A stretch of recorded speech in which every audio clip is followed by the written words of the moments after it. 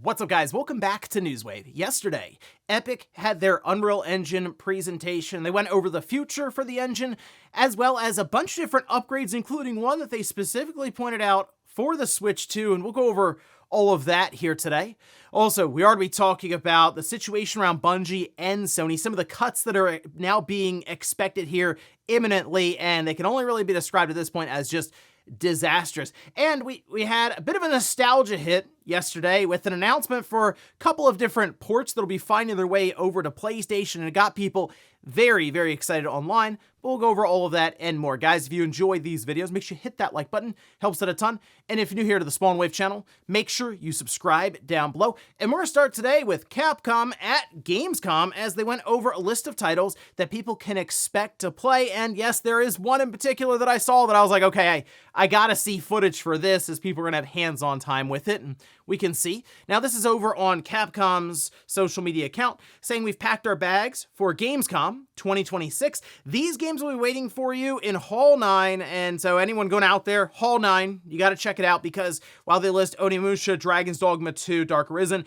and Street Fighter 6, Mega Man Dual Override right there. Now, Gamescom will be taking place August 26th to August 30th. Again, Hall 9, okay? So stand A070. Now, I'm sure there'll be plenty of footage that gets out there around a couple of these games, but I mean, if you go there, Mega Man is the one, like we've played Onimusha in a demo. Obviously, Dragon's Dogma 2 has been out for a bit. I know it's the DLC expansion, but like the game itself, the core game's been out there. And then Street Fighter 6, same thing. They'll just have different characters, I'm sure, that are upcoming being added to the game. I'm interested to see Mega Man Dual Override with some of the, hopefully some interesting ideas and twists that they have for the franchise. So it'll be fun seeing it there. And maybe even on the build up to it, they have a bit more they want to share in some sort of Capcom presentation. We'll see. Also, there was a new trailer yesterday for Spider-Man Brand New Day. And I mean, the movie so far looks awesome. I mean, if you watch the trailer, like they have Hulk in there and they have Spider-Man mutating and stuff. So I'm sure that can lead to some pretty impressive climactic scenes towards the end of the movie. But in order to tie this into, I don't know, video games, Sony decided to post a trailer on their PlayStation account, and then at the end, there's this card. Yeah, there's a new suit that'll be going into the PS5 and PC version of Spider-Man 2. It's a new suit that's inspired by Spider-Man Brand New Day, and it'll be available in-game July 28th. Of course, we'll be seeing the movie itself in theaters at the end of July, so this just kind of syncs up with that. And yes, the suit is free. I mean, it's really just there for cross-promotion to be like, oh yeah, that's right, there's a new suit in the game. Also, I'm going to go ahead and see the movie, which the movie is expected, as I think many figured, to make a ton of money opening weekend. And so this is just one more thing in terms of marketing for Sony. As they've talked about previously, they want to intertwine marketing with their gaming division and their pictures and movies division. And Sony, of course, doing the Spider-Man movies. So this all makes sense. Just, I don't know, a free suit you can check out in Spider-Man 2 on the PS5 or PC on July 28th. Oh, and this was making the rounds. Check out the price here of some of these SSDs that you could pick up for your PS5. Yeah, this is the Sandisk Optimus GX Pro. It's the 850p NVMe, and it starts with 1 terabyte, works its way all the way up to 8 terabytes, and people were making all kinds of jokes about this because the 8 terabyte model is, well, it's $3,000. By the way, that is marked down, so if you got to take advantage of a sale, here it is. It's marked down from $3,700. Yeah, I mean, while people were making fun of that, I actually think the 1 terabyte is more, I know it sounds weird, is more egregious at $380, marked down from $475, because while I know this is considered a quote-unquote more high-end NVMe drive, to me, as long as the SSD you put in your PS5 meets the requirements, there is not, I think, much of a benefit going too high above the recommended read-write. And what we have here is a 1 terabyte NVMe sitting at $380, which is just, I figured by now, it would have been under $100 for something like this. Just because when the PS5 first came out, okay, NVMe is a little more expensive than you'd like to expand the storage, but then we started to see them go down, and it was possible to get a 1 terabyte right around that $100 to $120 mark, and then at times it was on sale for $80 or $90. And now here we are with double the price, and in some cases for ones like these is like $300 to $400, which Yeah, it's quite unfortunate just where the market is right now with DRAM. And guys, with some of the quick news out of the way, let's get into the bigger stuff. Let's start right away with Epic and their Unreal Engine presentation that happened yesterday. It was over the course of like 2 hours or so. And during this time, they discussed Unreal Engine 5.8, the future for Unreal Engine 6, and then the far future for where Tim Sweeney thinks things should go, because AAA gaming right now, development, budgets, the whole thing, sales, it's just unsustainable. That part I can agree with, just based on the trajectory we're on. His solution, though, kind of concerning. And I think I'm going to go over that in a separate video, because we'd be here like all day if I was going down everything here that they showed off, because it was quite a bit. And of course, people who develop completely with Unreal Engine probably have a lot that they can pick out from this, but I will go over some of the high-level points that I thought were kind of interesting from this, all right? And like we could see some of the presentation here, they put out an entire highlights video for it. And so Unreal Engine 5.8, it's available right now. And the entire thing I got from this presentation is they were focusing more on performance over pure visuals. That's not only with Unreal Engine 5.8, but also going forward with Unreal Engine 6. And that's aiming for early release. They're saying like 2027-ish. They did a little tongue-in-cheek thing where like, hey, game development, what are you gonna do, right? It's just the engines go along with it. So a little like sticker there, it's like ish on there, right? Full release though, 12 to 18 months after the early access point. So we're probably thinking 2028 midway through for the full release for it. And we've seen Unreal Engine, typically they line up pretty well with these console releases, and we're thinking PS6 and this Xbox Magnus will be around in late 27, like sometime in 2028, so that seems to make sense. Now, while we were going down the list of different points here for it, Lumen Light is a lower cost global illumination, which they say twice as fast as Lumen High Quality. It means that games that rely on global illumination for artistic purposes can run on Nintendo Switch 2 at 60 FPS. It's also supported on PC, and this is the thing, right? We've talked about Unreal Engine. It can be pretty heavy in terms of some of the features and the graphical ability of it. It also takes a toll on the hardware, and we've even seen like a lot of stuttering issues. This is like the big sticking point for people when they see the Unreal Engine logo pop up. You know, the visuals are probably gonna be pretty good, but it's also going to be kind of rough at times, depending on just where the optimization is with that developer or just Unreal Engine in general. So I like the idea of them talking about how they are trying to make it lighter on the system, especially for the Switch 2.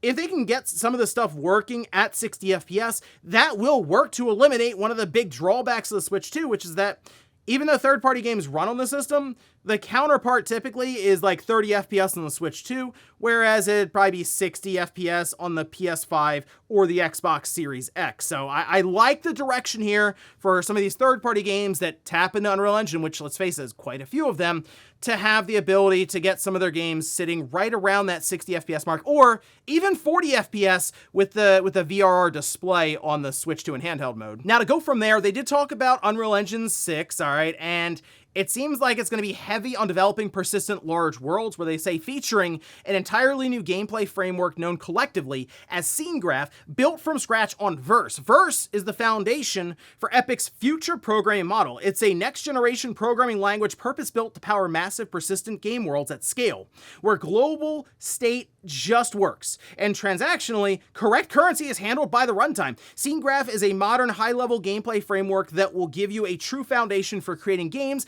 and experiences easily and sharing their interoperable components between games. And like, this is a big pitch right now, apparently, that Tim Sweeney is at least putting out there. The idea that games can just be like one collective. So you can have assets, as in like you buy something in one game and it works in another, which we've kind of heard this spiel years and years ago with NFTs, if you remember that. Ubisoft was like really into this. But the idea being, if you build for Unreal Engine 6, you can just release your game separately, but because the API is shared, you can release it across multiple different platforms easily, or you can release it into Fortnite. And I'm not kidding, that was something that was floated. It's like, wow, okay, so Unreal Engine, I mean, it's been around for a long time, but now it feels like it's Epic is like, it's Fortnite, then Unreal Engine. That's at least kind of the feeling I'm getting from them right now with the way they were discussing this. Oh yeah, and AI, that's gonna be a big part of Unreal Engine 6. I mean, also Unreal Engine 5.8 as they were talking about that, but certainly ground level with 6, where they say, we see LLMs, large language models, generative AI models, and tools like Claude and Codex playing a central role in helping you build content faster while maintaining the creative control you need. A big part of our effort is going into exposing a broad set of engine capabilities through the MCP protocol so developers can mix and match the best leading edge models and build custom integrations of all sorts on an open Unreal Engine 6 MCP foundation. And they show it there where you have like off to the side, almost the AI chatbot Codex, what have you, and you're typing to it. It's working on stuff while you're working on it. And I get the idea is that it will work to speed up development. And that's, I mean, the overall hope. But the generative AI thing when it comes to art, and like we see enough games as it is, pop up all these storefronts where it's obvious asset flips, AI slop as people call it, and it just feels like that's going to accelerate more with what's being pitched here by Epic. But I will say if they can make it so that Unreal Engine is just optimized better, or runs better, and you don't get that moment of, ooh, what am I about to experience here on my PC?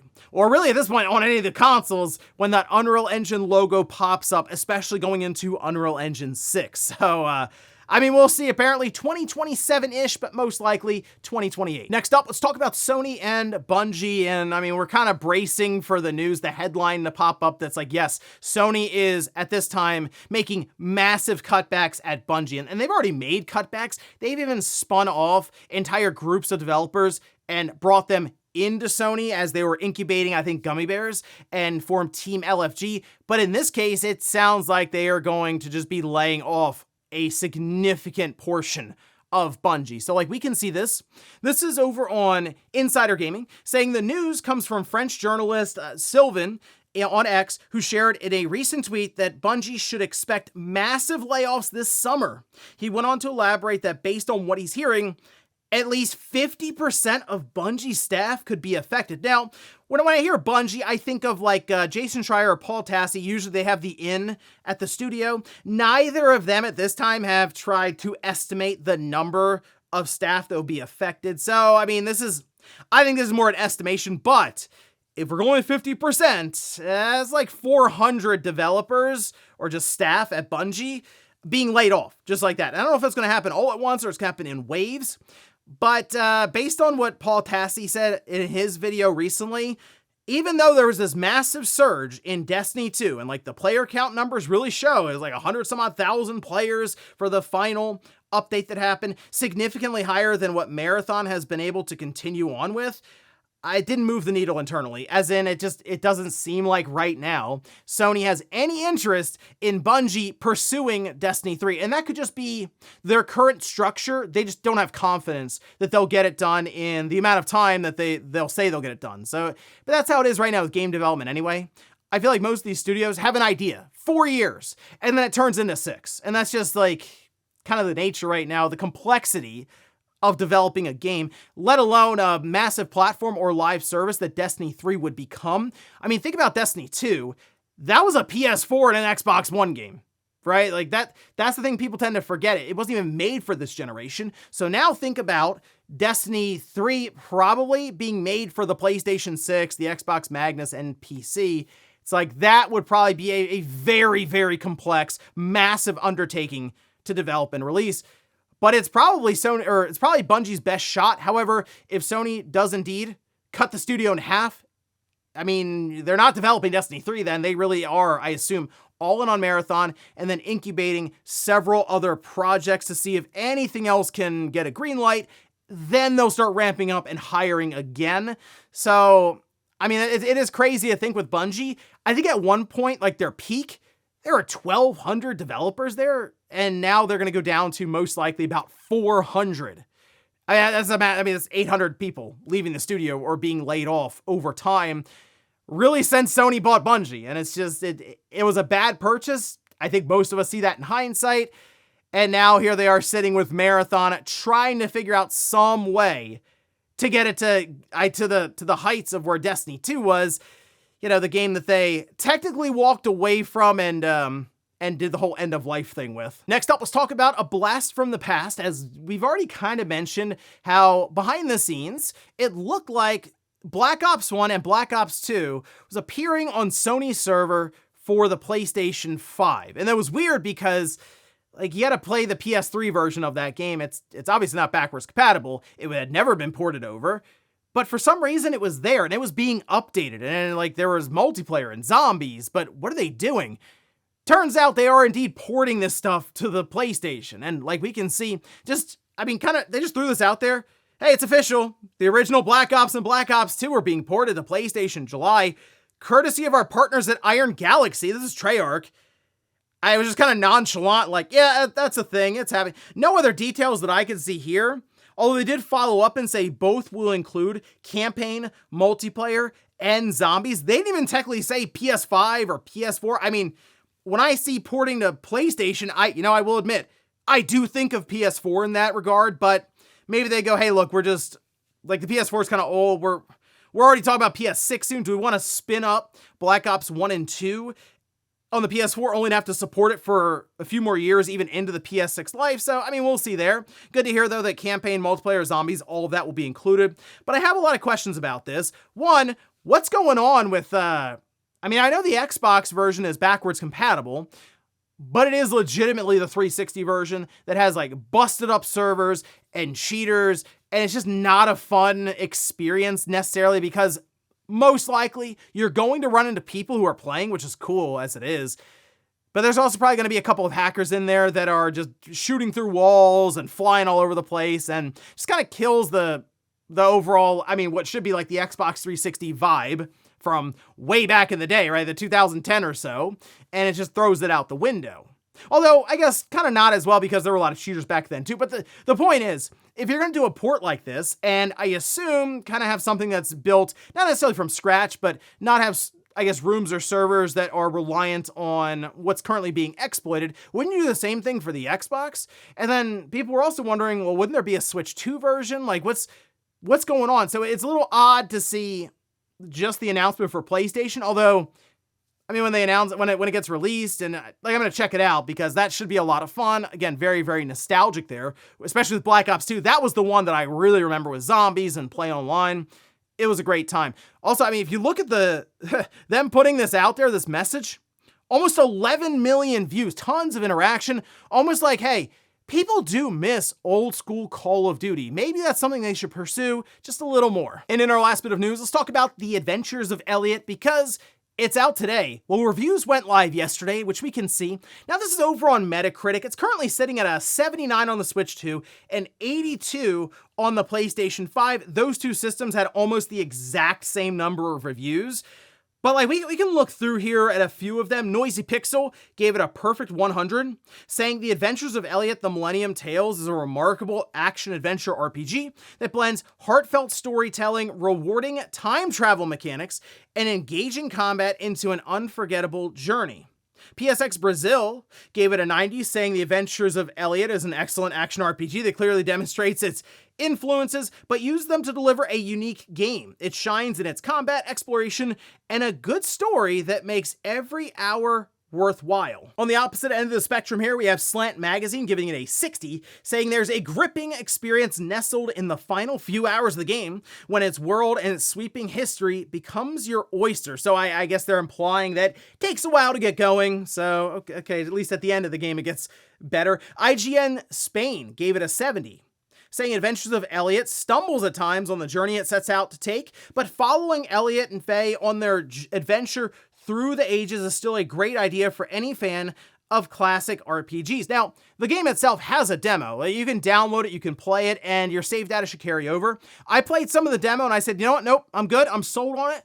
I'm just going to wait for the full game to come out, and I'm going to pick it up today. But what I was taking away from it was kind of an old school, almost traditional Zelda, the old isometric Zelda from Link to the Past. That's at least the vibe I was getting from it, and I saw many reviewers kind of mention that. So great, that's what I was looking for there. And of course, that HD 2D style I think serves well for this game based on at least some of the nostalgia they're trying to tap into while having some of the modern graphical effects on display. So yeah, I'll be picking that one up right away, but that was also my question for many of you out there if you'll be checking it out, which we can see that here in the poll where I ask, are you picking up Adventures of Elliot, the Millennium Tales? And okay, 14% are just getting it ASAP, but 42% say maybe later if there's a sale, and then 44% just not interested. So more than half of people are at least interested in the game, but I get it right now, especially there's just a lot of games about to come out, and this is, you do it kind of picky, right? You go, okay, here's a couple of games I'll be getting. Like, these are must-haves.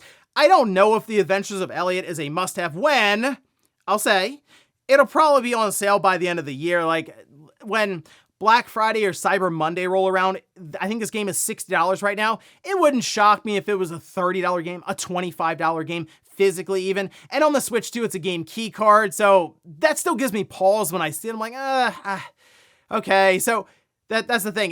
This might be one of those games that people just go, you know what, I'll wait. When I can pick it up cheaper, I will. But I'm going to be picking it up today to check it out because I enjoyed the demo quite a bit. And if nothing else, it's worth at least downloading and just seeing what you think there. And we'll finish up with the comment of the day as you're seeing here. This is from, I think it's supposed to be 6-7. Hey, you know what? It's creative, I'll give you that. It says, eShop could use a filter for the AI slop. Steam has great filters. If I could just block the publishers that are pumping it out, I'd be happy. So this is going to become complicated, we'll say, in the future. Because as we just talked about, Unreal Engine 6, it's going to have AI just integrated completely into it.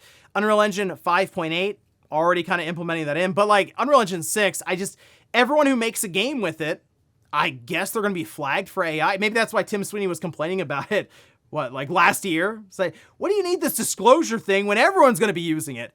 And in a way, he's not wrong, because like the Steam Next Fest thing happened, and people went through and realized, wow, more than 1,500 games have the AI disclosure tag on it. So once you start thinking about that and you start checking off remove games that used AI to be made, you're probably at some point going to be removing 80 to 90% of games, and the ones you're left with, you're going to be like, what is this? So I'm just letting you guys know now, and I've been letting you guys know for a while, a lot of the games that you're probably going to be playing here soon were probably made with AI in some way, and you'll find out years later at a GDC. Or yes, you will find out ahead of time, and then you'll have to sit there and be like, man, it looks good, but he uses AI. But man, it looks good. And you're back and forth on that. So I think in like 5 or 6 years, certainly halfway through next generation, I think a lot of people just be kind of accepting of the idea of AI being used to create games, because pretty much all of them will be doing it by then. And ladies and gentlemen, that's going to do it here for Newswave. If you enjoyed this video, guys, hit that like button. If not, hit the dislike. Leave comments down below about everything we talked about here today. If you missed yesterday's Newswave, I'll leave it in a card. Or maybe you want to hear more about how packed it really is towards the end of the year with September, October, and November looming for game releases. I did an entire video breaking that down and looking into it, and I'll leave it right below. Thanks guys for watching, and I'll see you next time.